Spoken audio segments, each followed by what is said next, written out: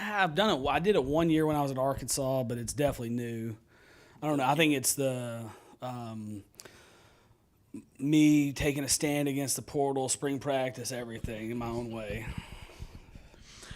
Dowell, just looking at naming a starting quarterback, do you have a target date about when you want to do it? And what's the philosophy between, say, deciding in the spring and deciding maybe halfway through preseason practice? Yeah, it's a really good question, and we could probably spend 30 minutes on it. There's advantages to both.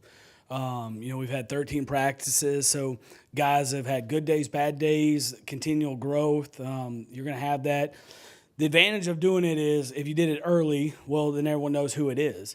It's also, you still got a whole training camp in the summer. So what happens if, one of these young kids are all of a sudden the new guy, is a little bit better because he's been through it all. And the second time executing it, he's better at it. So, you evaluate everything. We've had 13 practices. Obviously, we're not ready to do that right now. We're semi-pleased where with everyone's at, but there's a long way to go with all of that. The disadvantage is this. Most of the time, the locker room knows who the best guy is, but based on practice anyway, or they have their own feelings of that. And to be honest, most of the time the locker room knows before the coaches know, because it is their team. The good teams are led by the locker room. And the disadvantage to not naming a guy is there's still 5 quarterbacks out there, and it's like, hey, who do we follow? Who do we lead? And it's the mentality of do your job. Do your job. Like that. Keep the main thing, and worry about the things you can control. And same with those guys. So we're not there yet. We've had 13 practices. We have 2 left. So at some point, Coach Beamer and myself and the rest of the offensive staff will sit down and talk about this. I don't. I wish it was that easy where it's like, but it's kind of a feel. It's kind of, they're going to determine the depth chart a little bit themselves as well.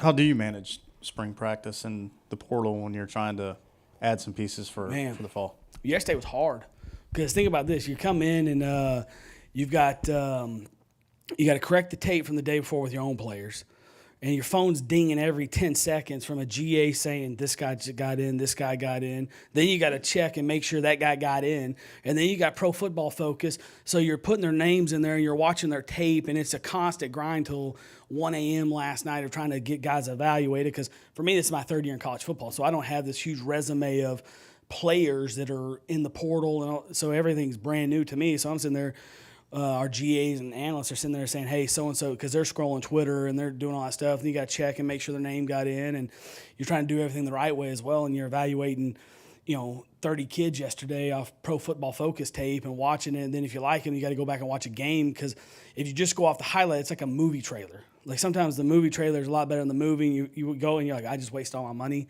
And you're navigating that stuff too. So yesterday was a long, hard day. A lot of film was watched. A lot of people were evaluated. And it's like that. It's so fluid, and you're going to deal with it for the next 2 weeks on top of trying to go out and have a good practice today and being locked in on what, we had scripted and installed and making sure we're teaching our own players. So it is a challenge right now.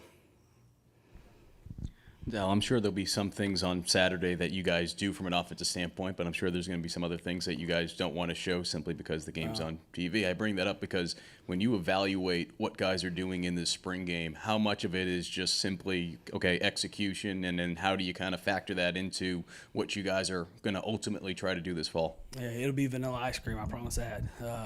I like vanilla ice cream, but not everyone else does. They want the sprinkles and the syrup and, all the toppings, and it's not going to be that. But it's going to be about execution, technique, and fundamentals. Anytime you go on the field, it's important. Every time you practice, it is the most important thing we do. It is the only thing in this program that really matters is practice. It's the only way to get better. It's the only sport. Think about this, basketball and baseball, they play games to get better. We practice 5 times a week to play one game. They play games to get better. So that's why it's really important for us. So it is an opportunity to, I guess we're doing a draft and we'll split up so people will be playing with different people and those things, but it'll be more about technique, fundamentals, making sure we're executing our simplest form of offense.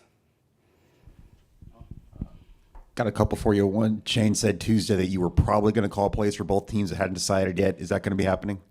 We'll talk about that later. That's still not been decided. I literally, between portal and practice, like Saturday seems like a year away. And then kind of know you said it's technique, it's fundamentals, it's that kind of thing, but what would be a successful spring game for you? Is there anything you're kind of looking to see specifically? Then we got better. It's like one more opportunity to get better, make sure that we've improved in an area that we weren't great at on Tuesday, Thursday. We've got a small practice tomorrow as well. But that's really what we're looking at. It's like the individual steps to get better. And like this is the ultimate team sport, but there is an individual. The only way to make the team better is improve yourself and making sure that each guy is getting a little bit better than they were the day before.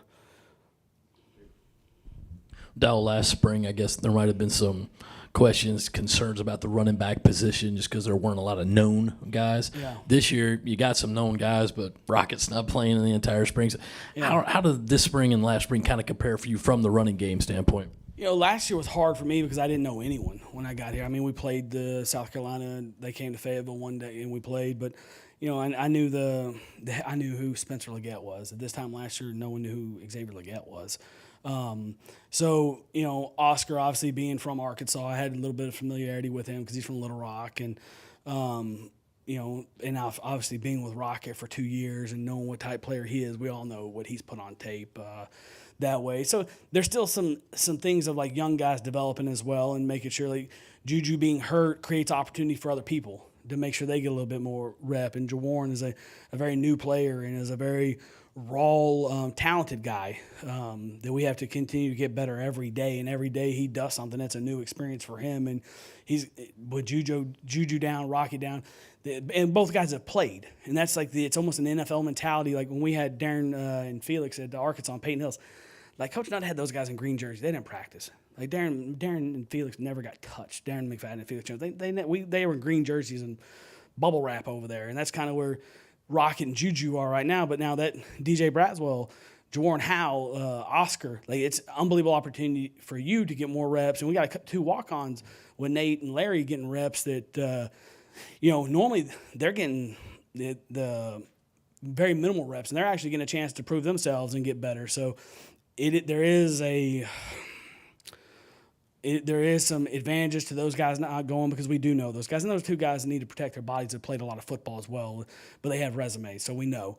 And getting these other guys reps is definitely going to help them. So we know a little bit more about those guys. And we've had a couple live situations, which for running backs, you really can't tell until you put the ball down and it's live, because like, does he break that tackle? Does he make that guy miss? Like, you guys have been at practice, and everyone's like, the defense is hooping, hollering, and like they're saying that stuff with Lenoris and Robbie, and all of a sudden when it's live, it's like, last Saturday Robbie or Lenore shrugs, like the defensive end's about to go hit him, and like he shrugs him off and takes off running. It's like watching KJ 2 years ago at Arkansas. But so there's different things like when it's live that you get to see from these running backs, which has been good. It sounds like when you talk about everything going on right now, you're just kind of drinking from a fire hose.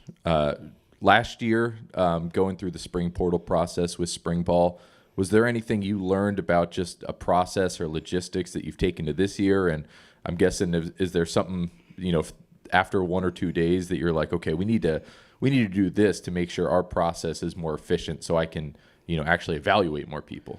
Yeah, that's a really good question. I think everyone's trying to figure that out on the run. Urgency. You got to have great urgency. Like all these, every time it's like NFL free agency. The difference is everyone compares it to NFL free agency, but NFL free agency, we knew for a year, and there was a cut up made, and then we transitioned from the season, and you'd be sitting around your office, like drinking Diet Coke, like watching the tape, like grading them out. Well, now it is drinking out of a fire hose, because now it's like, hey, go. Because just so everyone knows, not everyone follows the rules. All right, like there's other stuff going on, and you got to watch quick, and you don't want to have an incomplete evaluation of a player, but you better go, because you got an opportunity to improve your roster, and the best teams improve their roster, and every time you get a chance to improve your roster, you need to be better with keeping the players you want, and also adding to this thing, because everyone else is too. And the dynamic for our conference is different too, because there's no SEC to SEC. So every SEC, all 14 teams, which everyone says, it's the best conference in America, they're going after the same players. So you better be urgent, and there's no time to wait. Dale, I know you've talked about it a little bit in the past, but a week from today is going to be the NFL draft, and for Spencer, he's trying to make some Gamecock history. What can you tell people on the outside, whether it be a coach, whether it be a scout, GM, what they're getting when they draft this quarterback? Ooh, I've gotten a lot of calls, and it's picked up a lot the last week. What you could tell everyone is what's on tape. You're talking about an extremely tough player that's got an unbelievable throwing motion. I mean, his throwing motion it's what you want. I hope my son throws like him. He won't, because mom, dad, and God only gave him so much. But this guy's an extremely blessed thrower. He's a great teammate. He's an unbelievable teammate. And, there's a show, some show that was silly and I don't think it portrayed him the right way from what I saw, because what I see is an unbelievable guy that cares about his teammates. Go ask Luke Doty, Lenore Sellers, Tanner Bailey what they think about Spencer Rattler. That was an unbelievably close room, because our leader was Spencer. It was not me. It was Spencer. Did everything the right way and took everyone in, cared about the other guys in the room. But it's the thing we talked about with Spence is this thing was going, and it never complained about a leaky offensive line. And he's making all these NFL throws, these 3-level concepts, but these throws that, you go back, and what I told him, the play against Georgia on 3rd 10 in the rain, you're playing the number 1 team in the nation on the rain, and Trey drops the ball, but getting hit in the face and being able to throw that on time, accurately anticipate it right there in the biggest game of the year versus the number 1 team in the rain. And now everyone's starting to see it. They see the talent, but you're getting a guy with high character, who's got a great mom and dad. That's the biggest thing. I tell this to these GMs that call me, these head coaches that call me about Spence. The ability to overcome adversity and deal with prosperity, Spencer's done it. And when you go do a hard look at these guys, just going through hard times in life, it's not fun, but the NFL, you're going to go through that and be able to get on the other side of it, because everyone's going to be looking at you, and you're going to be in a major media market majority of the time. And to be able to stand there and take it on the chin and own the bad, praise the good. I think Spencer's gone through all that stuff, that he's better for it because what he's gone through, and I think he's fireproof and he's ready to go.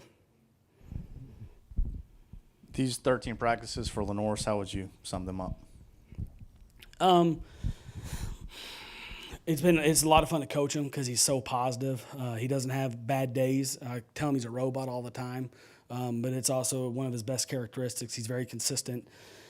He has gotten better every day. He learns from his mistakes. I think the best thing about Lenore, outside the talent, all that other stuff, is most of the time, he doesn't make the same mistake twice. And Coach Parcells used to say, dumb players do dumb things. Smart players seldomly do dumb things. He seldomly does dumb things and takes care of the football. And he's still young. I mean, you're talking about a guy that's a redshirt freshman. Got to play a little bit last year, which obviously helped, and it's his 2nd year in the system. But the system won't be the same. You guys know it. I know it. He knows it. We're going to evolve it to fit our players, whether it's Lenore or Robbie or Dante or Luke Doty or Davis, whoever the quarterback is. It's going to change. It won't look the same as it did last year, because we built that thing to fit Spencer, and now we'll change it to fit whoever the quarterback is this year. But he's been solid. I mean, the kid is very consistent. Hey, Dowell, before a scrimmage, whether it's a closed scrimmage or the spring game, do the coordinators coordinate? And by that, do I mean, do you ask each other, hey, can I get some certain looks because I need to get certain things on tape? I think this is the second. This is the second question you've asked about this. Defensive guys are terrorists. All right, they're trying to win every drill. They're trying to play every drill. They're trying to that's just what they do. And every team I've ever been a part of, that's what it is.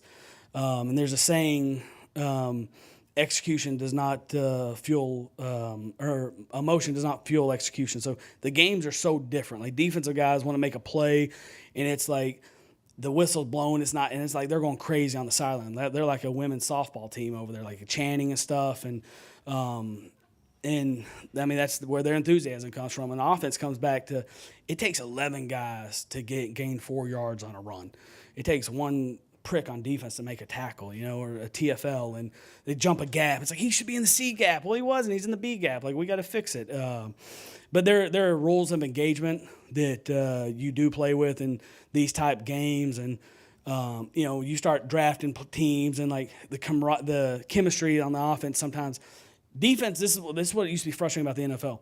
Defense, like preseason, offensive coaches hate preseason football because you got to prepare. You got to watch tape on them because you got to have their blitzes. Because if you don't, someone gets hurt. The defense could show up right tomorrow and play a game, say over cover 4, over cover 1, play your roles. So it's different. the preparation is different for both sides. So there are rules of engagement that you do talk about, and they have cleaner practices to get the things that Clayton asked for a couple motions today. He's got a blitz in that he wants to see off some motions and those things. So we coordinate that way. We did that. I mean, that's just one example today we did some things on. Appreciate you guys.